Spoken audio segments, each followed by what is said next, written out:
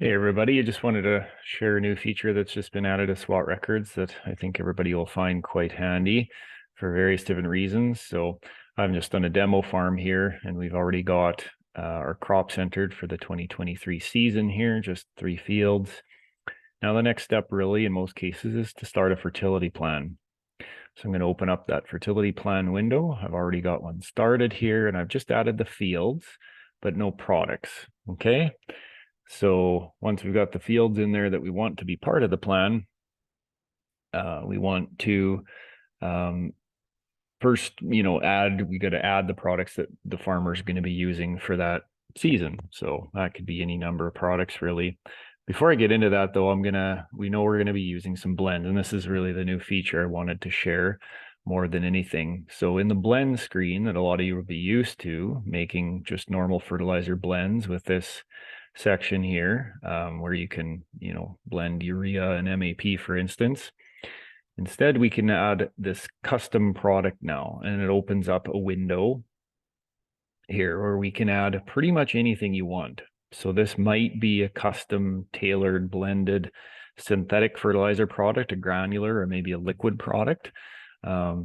Especially with liquids, sometimes we get into some real significant custom formulations that are, of course, never going to be in the list, and we don't always know what the base ingredients are to make up the blend through using this list. So you can just simply add it as a new product, essentially. Now that product will be specific to that farm, okay? You could use it in multiple years. You don't have to add it every season, but the product will be specific to that farm. So it won't show up in some master list that's accessible to everybody else.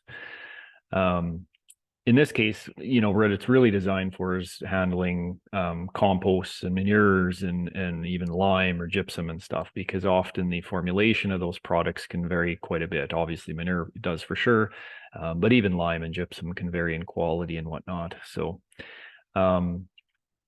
So what it allows us to do is enter a custom name. So I've, put in a specific lot number, perhaps, and these values are based off a manure test that was sent to the lab. So maybe it's a lab ID number, whatever. You can use it as you want. Because this is just a single manure product, it's 100% of the blend.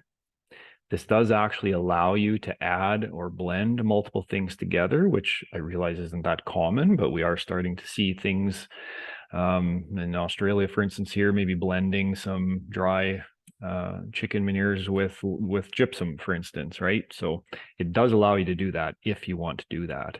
You can also add things from this master list up here, just as long as the whole percent adds up to 100, which now it actually does warn you if it doesn't.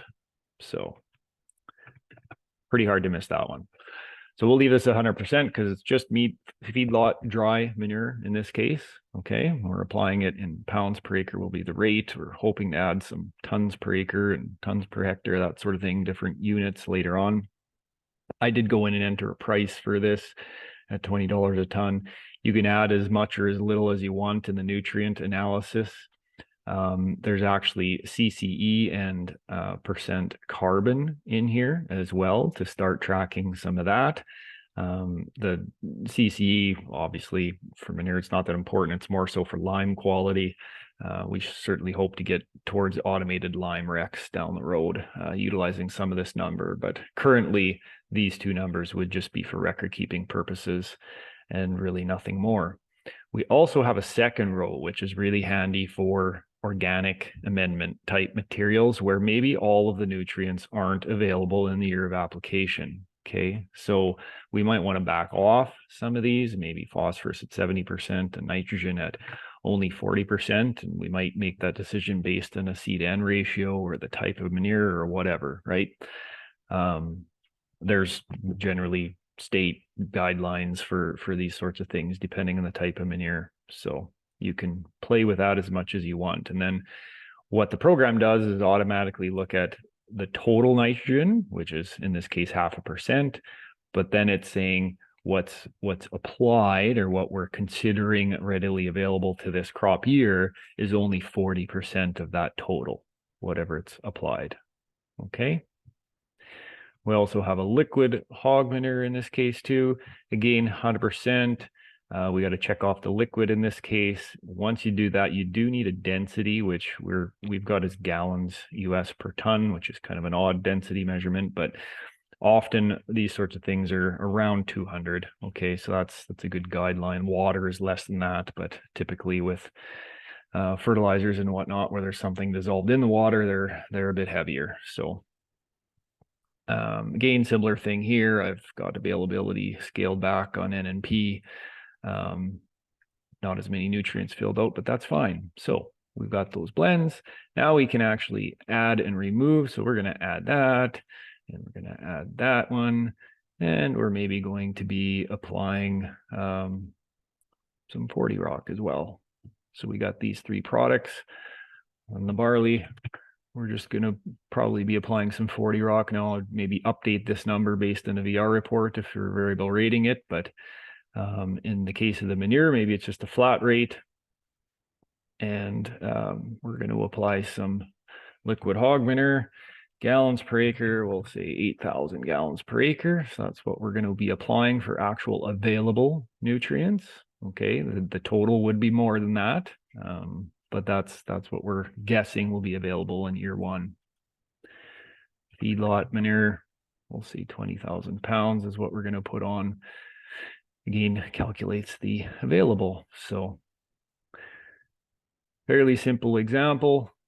Of course, you could add other fertilizers to the same fields and it'll just total it all up and total NPK and S. And it will, if you've got some costs in, it'll start to total that up as well, total up, you know, the amounts. In this case, the dry manure is totaling up in tons, and actually the liquid is showing both gallons and tons. So that's what that sort of looks like.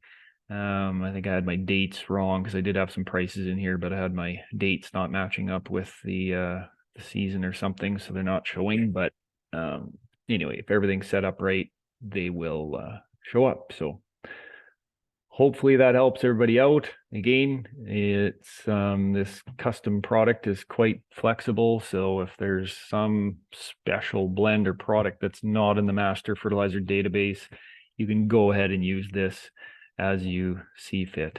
All right.